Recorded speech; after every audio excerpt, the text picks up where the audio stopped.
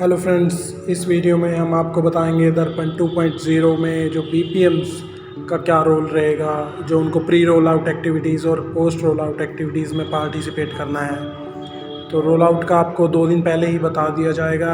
आपको कुछ चीज़ें हैं जो अपने अकाउंट ऑफिस में सबमिट करानी है। Accountable articles, speed post registry, parcel, EMO जिनकी पेमेंट नहीं हुई है, अनपेड ईएमओज़, वो भी आपने अपने ब्रांच पोस्ट ऑफिस से अकाउंट पोस्ट ऑफिस में जमा करानी है। पोस्टेज स्टैंप और रिवेन्यू स्टैंप अगर आपके ऑफिस में है तो ब्रांच पोस्ट ऑफिस से वो भी आपको अपने अकाउंट ऑफिस में जमा करानी है।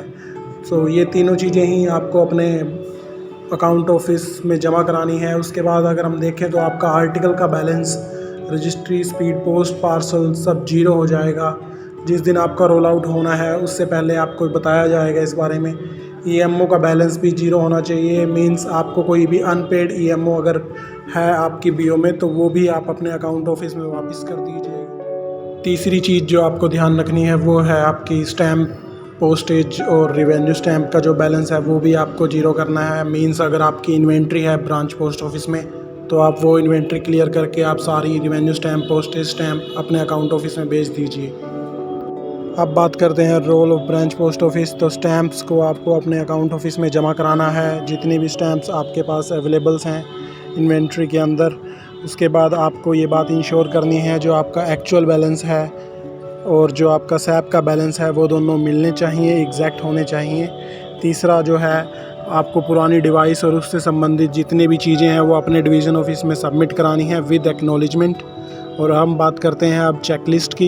एक छोटी सी चेकलिस्ट जो दी गई है प्री रोल आउट के टाइम पे, तो आपको वो सब चीज़ें फॉलो करनी है जिससे आपको कोई भी असुविधा ना हो। और अब हम बात करेंगे पोस्ट रोल आउट, यानी कि जब आपकी बीओ रोल आउट हो जाएगी उसके बाद आप डिवाइस में काम करना स्टार्ट कर दोगे तो आपको उसमें कुछ ख़ास चीज़ों का ध्यान रखना है। सबसे पहले तो आपको डिफ़ॉल्ट पासवर्ड से लॉगिन करके अपने डिवाइस में उसका पासवर्ड चेंज कर लेना है।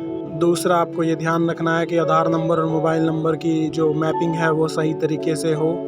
अगर आपको ऐसा लगता है कि मैपिंग सही नहीं है तो आप अपने डिवीज़न ऑफिस में कांटेक्ट करके ये मैपिंग ठीक करा सकते हैं, क्योंकि ये बहुत ही ज़रूरी है ओटीपी लॉगिन के लिए। जब आप डिवाइस में काम करना स्टार्ट करोगे उससे पहले आपको चेक करना है कि ब्रांच ऑफिस का नाम जो बिल्कुल सही दिखा रहा हो, ब्रांच ऑफिस की आईडी जिसको हम सीएसआई आईडी भी बोलते हैं कि वो सही है। उसके साथ आप बीपीएम का नाम चेक करोगे कि वो सही है। उसके साथ साथ आप ये भी देखोगे कि जो बीपीएम की एम्प्लॉय आईडी मैप हुई है वो सही है। अगर कुछ भी गलत आपको दिखाई देता है तो आप अपने डिवीज़न ऑफिस के लिए कॉन्टैक्ट करोगे। उसके बाद आप देख सकते हो कि डिवाइस का जो वॉलेट बैलेंस है और एक्चुअल बैलेंस है वो दोनों बराबर होने चाहिए, इक्वल होने चाहिए।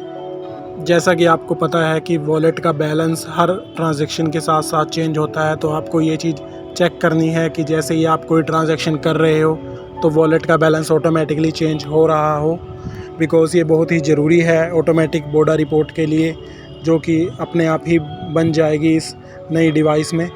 इसके साथ साथ आप ये ध्यान रखें फ़ोन और प्रिंटर अच्छे से चार्ज हो रखे हों ताकि वो प्रिंट सही से निकाल सके।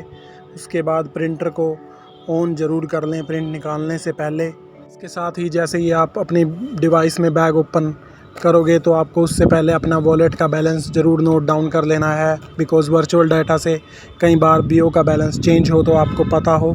उसके साथ साथ ही अकाउंट ऑफिस के द्वारा आपको एक चेकलिस्ट दी जाएगी जो कि आपको फॉलो करनी है।